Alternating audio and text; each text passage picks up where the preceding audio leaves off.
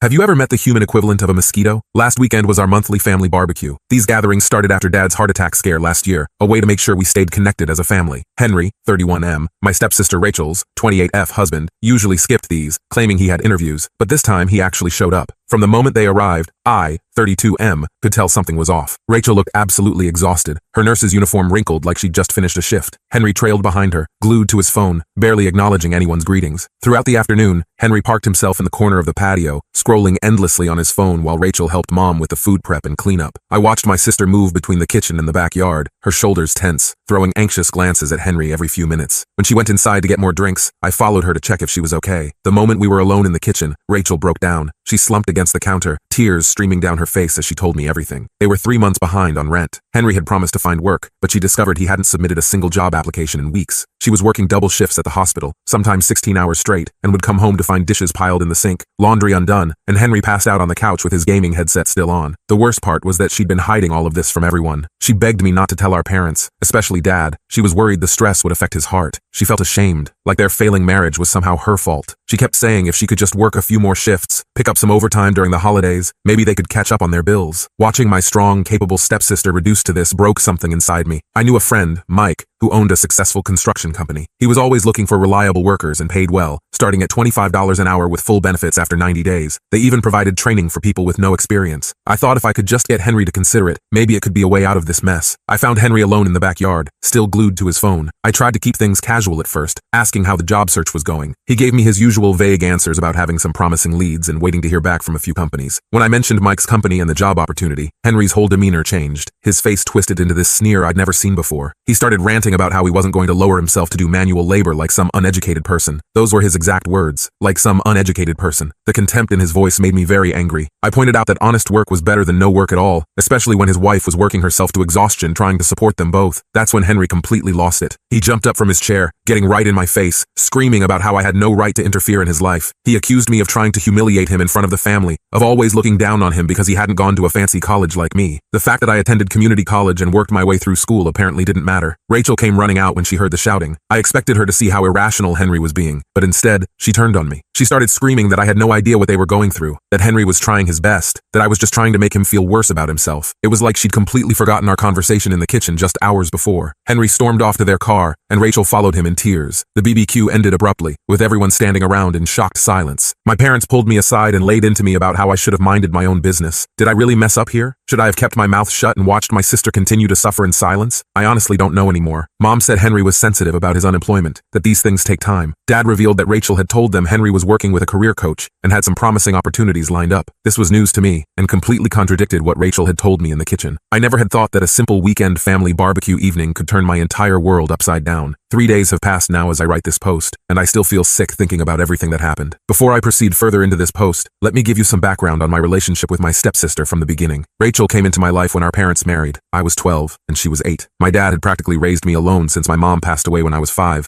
and Rachel's mom had divorced her dad when Rachel was just a toddler. We bonded pretty quickly, probably because we both knew what it felt like to have pieces missing from our family puzzle. Growing up, we were inseparable. I was her protector, her confidant, and her best friend. She was also always there for me whenever I needed someone to talk to. 5 years ago, Rachel met Henry during her final year of nursing school. He was working in pharmaceutical sales at the time, making decent money, and seemed to have his life together. They dated for 6 months before getting married in a small ceremony. I remember having some doubts about how quickly they moved, but Rachel was so happy. Henry was charming, could make anyone laugh, and seemed to adore my sister. He would bring her lunch at school, help her study for her nursing exams, and even volunteered at the hospital events she organized. Our parents were thrilled that Rachel had found someone who appeared to be such a perfect match. The first year of their marriage went smoothly. Rachel graduated and started working as a nurse at the local hospital, while Henry continued his sales job. They bought a small condo, adopted a cat, and seemed to be living the newlywed dream. But things started unraveling about 2 years ago when Henry lost his job. He said the company was restructuring and his entire department was laid off. It seemed reasonable at the time. These things happen, and Henry had always been a hard worker. Rachel stepped up immediately, picking up extra shifts at the hospital to cover their expenses while Henry looked for work. She kept saying it was temporary, that Henry had great experience and would find something soon. But weeks turned into months, and Henry remained unemployed. His excuses got more elaborate. The job market was tough. His skill set was too specialized. The commute was too long. The pay wasn't good enough. Meanwhile, Rachel started working 60-hour weeks to keep them afloat. I began noticing changes in my sister about a year into Henry's unemployment. The spark in her eyes dimmed, she lost weight, and dark circles became permanent fixtures under her eyes. is. She stopped coming to our weekly family dinners, always having an excuse. She was covering someone's shift, or she was too tired, or Henry had a promising job interview the next day and needed her support. When she did come, she was quiet and withdrawn. Nothing like the vibrant, laughing sister I grew up with. Through mutual friends, I started hearing concerning stories about Henry. While Rachel was pulling double shifts at the hospital, Henry was spending his days playing video games and his evenings at bars with his friends. He'd tell Rachel he was networking or had job interviews, but people saw him hanging out at the local pub in the middle of the day, buying rounds for everyone. One of Rachel's co-workers told me they saw Henry's car parked outside a casino multiple times during the week. I tried bringing up my concerns with our parents, but they always defended Henry. Mom would say he was probably just depressed about losing his job and needed time to find himself. Dad would remind me that the job market was tough and that we shouldn't judge someone when they're down. They kept insisting that Rachel would ask for help if she needed it, but I knew my sister. She'd always been fiercely independent, determined to handle her problems on her own. It was one of the things I admired most about her, but it was also what worried me. She'd run herself into the ground before admitting she needed help. All my fears came true 3 days ago after Rachel told me everything in the kitchen. But now, when I look at the aftermath, the fallout has been brutal. Rachel isn't speaking to me. She sent a long text saying I destroyed months of Henry's progress and demanding I apologize to him. She claims he was just about to turn things around before I interfered. My parents think I overstepped and should have kept my mouth shut. Even my wife, who usually supports my decisions, suggested I might have picked the wrong moment to confront Henry. But here's the thing. I keep thinking about Rachel's face in that kitchen, about her crying over past due notices and empty bank accounts, while her husband plays video games all day. Everyone's acting like I'm the bad guy for pointing out the obvious, that a grown man is perfectly content to let his wife work herself to death supporting him while he contributes nothing. I can't help feeling that speaking up was the right thing to do, even if I could have handled it better. Rachel is my sister, and I can't just stand by and watch her destroy herself trying to support someone who won't even try to help himself. But now I'm the bad guy, and Rachel is more isolated than ever. Update 1. These past 2 weeks have been absolute hell. The silence from Rachel has been deafening, and the situation has spiraled in ways I never could have imagined. I need to write this down while it's fresh, because I still can't believe what happened last night. After 14 days of unanswered calls and texts, I decided I needed to try to fix things, not for Henry's sake, but for Rachel. The last message I got from her was a photo of her and Henry from their wedding day with the text saying how I ruined their perfect life. It broke my heart because I remembered taking that photo, Rachel beaming in her dress, Henry looking at her like she was his whole world. Where did it all go wrong? I got Henry's current address from Mom. Apparently, he and Rachel are taking a break. Her idea, according to Mom, after their latest fight about money. Henry's been staying at his friend Mark's apartment for the past week. Mom made me promise not to go over there, said Henry needed space to process everything, but I couldn't just sit back anymore. I showed up at Mark's place around 7 p.m. yesterday. The apartment complex was run down, with beer cans and cigarette butts littering the walkway. I could hear loud music coming from inside the unit. When I knocked, the music got turned down, and I heard stumbling footsteps. Henry opened the door, and my heart sank. He was a mess, unshaven, wearing a stained t-shirt and reeking of alcohol. His eyes were bloodshot, and he could barely stand straight. Mark was hovering in the background, looking seriously uncomfortable. I kept my voice steady and told Henry I wanted to talk about what happened at the BBQ, try to clear the air. He let me in, laughing this bitter, hollow laugh that made the hair on my neck stand up. The apartment was trashed, empty bottles everywhere, takeout containers piled on every surface, and what looked like gambling slips scattered across the coffee table. Henry stumbled to the couch and started ranting about how I ruined his life. According to his drunken tirade, Rachel wouldn't stop comparing him to me now. He mimicked her voice, saying things like, "Why can't you be more responsible like Alex? Why can't you hold down a job like Alex?" The thing is, I know Rachel would never say those things. She's always been careful not to compare people, knowing how much it hurt her when her mom used to compare her to her stepsisters. The situation escalated quickly. Henry got more agitated as he talked, getting up in my face, jabbing his finger into my chest. I tried to stay calm, kept my hands visible and my voice steady, but when I mentioned Rachel's exhaustion from working double shifts, something in him snapped. He lunged at me, throwing a wild, drunken punch. I managed to dodge, but he caught my shirt and ripped it. Mark had to physically tackle him to the ground to stop him from coming at me again. While Mark was restraining him, Henry kept screaming about how I thought I was better than him, how I never gave him a chance. That's when Mark, still struggling to hold Henry down, started talking. He couldn't keep quiet anymore, he said. The truth needed to come out. Everything Henry had told everyone was a lie. There was no career coach, no job interviews, no networking events. Henry spent his days playing video games until the bars opened, then drank away whatever money he could get his hands on. Mark showed me texts from his phone, messages where Henry bragged about manipulating Rachel. He talked about how she was too afraid of being seen as a failure to ever leave him, how he had her wrapped around his finger. He even joked about taking money from her purse while she slept to fund his drinking and gambling. I was still trying to process this when the door burst open. Rachel stood there, still in her scrubs, face white with shock. She'd been tracking Henry's phone, something she started doing after he disappeared for 3 days last month and cleaned out their joint account. But instead of being horrified by Henry's behavior or the state of the apartment, she turned on me. She started screaming about how I was stalking them, trying to destroy their marriage. She blamed me for pushing Henry to drink, saying he was depressed and I was just making everything worse. When I tried to tell her about Mark's revelations and show her the texts, she wouldn't even look at them. She accused me of manufacturing evidence because I was jealous of their relationship. Henry, who seconds ago had been raging and violent, suddenly switched to looking remorseful. He started crying, telling Rachel he only drank because he felt worthless after what what I said at the BBQ. The manipulation was so obvious it made me sick, but Rachel ate it up. She rushed to comfort him, shooting daggers at me with her eyes. I left feeling completely defeated. Rachel followed me to my car, her voice cold in a way I'd never heard before. She told me to stay away from them both, that I'd done enough damage. She said if I really cared about her, I'd let her handle her marriage without my interference. The worst part came this morning. Mom called to tell me off. Apparently, Rachel told her I showed up drunk at Mark's apartment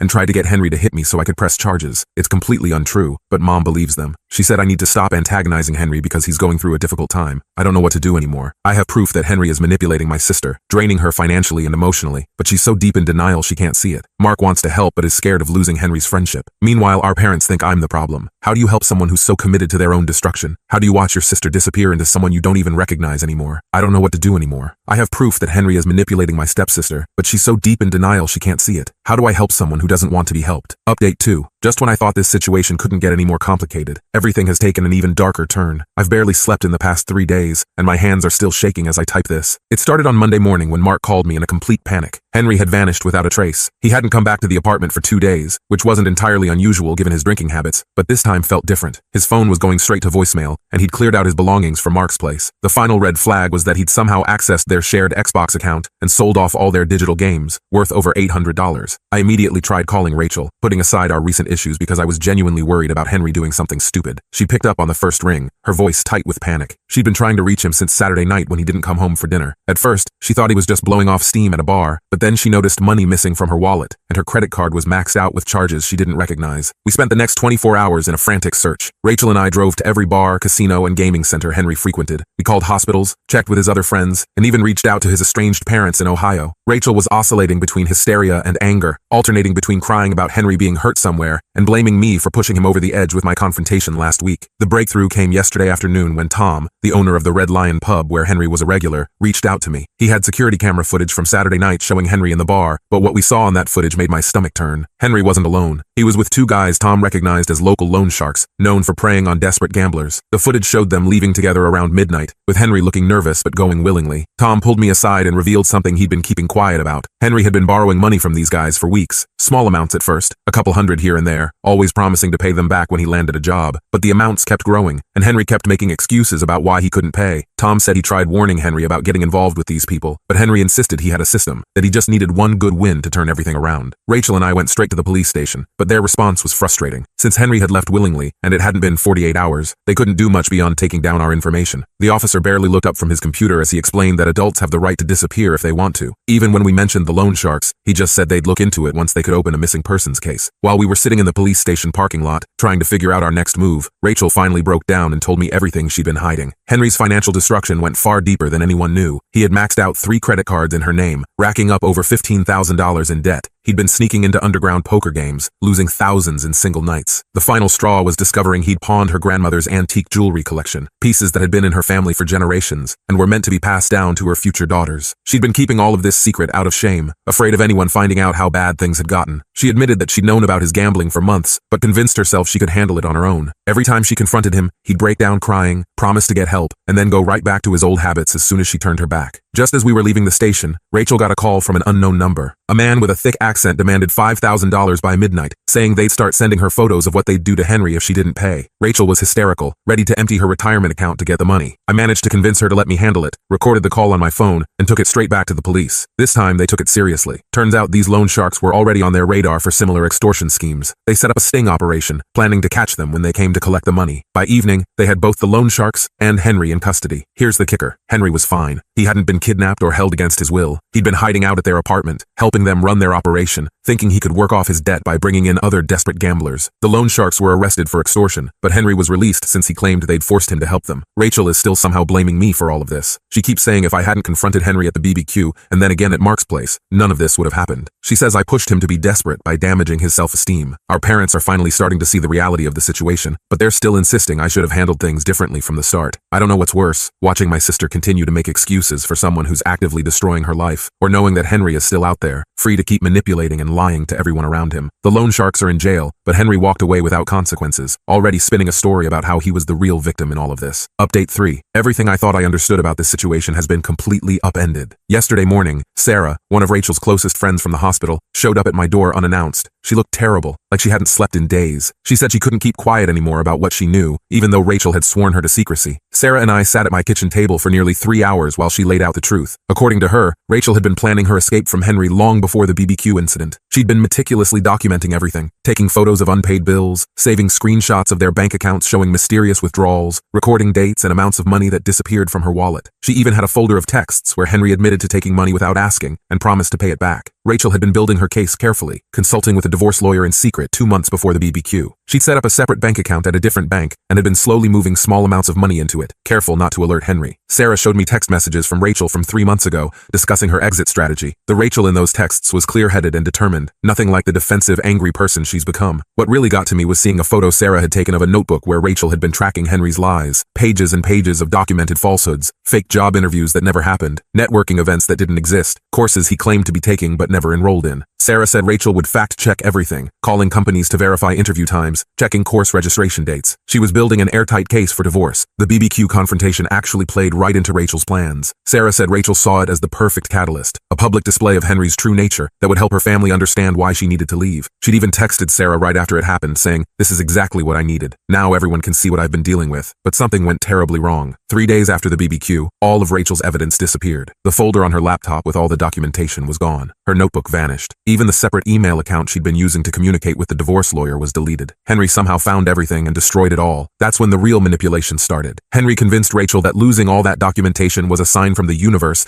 that they needed to work things out. He turned everything around, making it seem like I was trying to destroy their marriage out of jealousy or spite. He kept telling her that if their marriage failed now, everyone would blame her for listening to me instead of standing by her husband. Sarah showed me texts from that period too, watching Rachel's resolve crumble in real time. It was heartbreaking to see her go from determined and strong to confused and defensive. Henry had managed to gaslight her so completely that she started doubting her own memories. But here's the part that made my blood run cold. Henry is blackmailing Rachel. Sarah wouldn't tell me exactly what he's holding over her head, saying Rachel needs to tell me herself when she's ready. But it's serious enough that Rachel went from being ready to leave to defending Henry at all costs. Sarah thinks that's why Rachel has been pushing everyone away and acting so erratically. I took all of this information to our parents. Mom broke down crying when she saw the texts from those earlier months, finally understanding how much Rachel had been suffering in silence. Dad wanted to go to the police about the blackmail, but we can't do anything without Rachel's cooperation. Sarah thinks Rachel might be reaching her breaking point. After the incident with the loan sharks, she started asking Sarah questions about her old documentation, trying to remember what proof she had. Sarah's been secretly keeping copies of some of their text conversations, just in case Rachel ever needs them. The hardest part is knowing we can't rush this. Rachel has to come to terms with everything in her own time, but watching her continue to live with someone who's actively destroying her while we all stand by helplessly is torture. Sarah's worried about Rachel's mental state, saying she's noticed her making mistakes at work because she's so distracted and stressed. For now, we're all walking on eggshells, trying to keep lines of communication open while looking for ways to help Rachel see the truth. Henry's behavior is getting more erratic. He's been posting cryptic messages on social media about betrayal and revenge. Sarah thinks he knows Rachel is starting to remember everything and he's getting desperate. Update 4. The truth finally exploded this week, and it's both worse and better than anyone imagined. After days of silence, Rachel showed up at my door at 3 a.m. on Tuesday. She looked absolutely exhausted, but more like her old self than I'd seen in months. She was ready to talk. The blackmail that Henry had been holding over her was about an incident at the hospital 2 years ago. A patient had died under Rachel's care during a particularly chaotic night shift. There had been a full investigation, and Rachel was cleared of any wrongdoing. The patient had a previously undiagnosed condition that no one could have caught in time. But Henry had discovered emails between Rachel and another nurse discussing the case, where Rachel questioned if she could have done something differently. The emails themselves were harmless, just a dedicated nurse processing a difficult loss. But Henry had manipulated and edited them, making it look like Rachel had admitted to making a serious mistake in the patient's care. He threatened to send these doctored emails to the hospital board, the patient's family, and the state nursing board if she ever left him. Rachel was terrified of losing her nursing license, her career, and facing potential legal consequences. She spent months paralyzed by this threat, watching Henry drain their accounts and rack up debt, afraid to say anything. The turning point came last week when she caught Henry trying to hack into her work email again, looking for more material to use against her. Something in her snapped. Rachel went straight to her hospital administration and told them everything. She showed them the original emails, explained Henry's blackmail attempt, and laid out all his financial abuse. The hospital's legal team immediately got involved. They're not just supporting Rachel, they're going after Henry for attempted extortion and cybercrimes. The divorce papers were filed yesterday. Rachel's lawyer, recommended by the hospital's legal team, is aggressive and experienced in cases involving financial abuse. They've already frozen all accounts and are documenting every penny Henry stole or gambled away. The restraining order was approved this morning after Rachel showed the judge evidence of Henry's increasingly threatening behavior. Our parents have done a complete turnaround. They helped Rachel move out while Henry was at a bar yesterday. She's staying in their guest house where he can't find her. Dad hired a security company to install cameras and change all the locks. Mom has been going through Rachel's financial records, helping her document everything Henry did for the divorce proceedings. Henry's mask has completely slipped now that he's lost control. He's been posting unhinged rants on social media, accusing Rachel of being the abusive one, claiming she trapped him in the marriage. He tried showing up at her work, but hospital security was ready for him. His own parents finally reached out to Rachel to apologize. Apparently, he's been calling them constantly, getting drunk and ranting about revenge. Mark and Tom have both agreed to testify about Henry's gambling and his involvement with the loan sharks. The police are taking a renewed interest in the case now that they have evidence of the blackmail. Even Henry's old boss from the pharmaceutical company reached out. Turns out Henry wasn't laid off. He was fired for stealing samples to sell on the side. Rachel started therapy yesterday. She says she needs to understand how she let things get so bad, how she went from being strong and independent to someone who lived in fear of her own husband. The Rachel I grew up with is slowly coming back. She's staying focused on her nursing, where she's always excelled. Her colleagues have been incredibly supportive, organizing meal trains and offering to switch shifts so she can meet with her lawyer. As for me and Rachel, we're cautiously rebuilding. She apologized for letting Henry turn her against me, and I apologized for not finding a better way to help her sooner. We're taking it day by day. Yesterday, she even managed to laugh about something for the first time in months. Henry's actions are catching up with him fast. His friends have abandoned him after learning about the blackmail. The loan sharks might be in jail, but their associates have been calling about the money he still owes. His lawyer dropped him after he showed up drunk to their meeting. He's facing potential criminal charges for the blackmail and financial fraud. Sometimes I still can't believe how everything unfolded from a simple family barbecue. But Rachel is free now, and that's what matters. She's got a long road ahead of her, but at least she's not walking it alone anymore.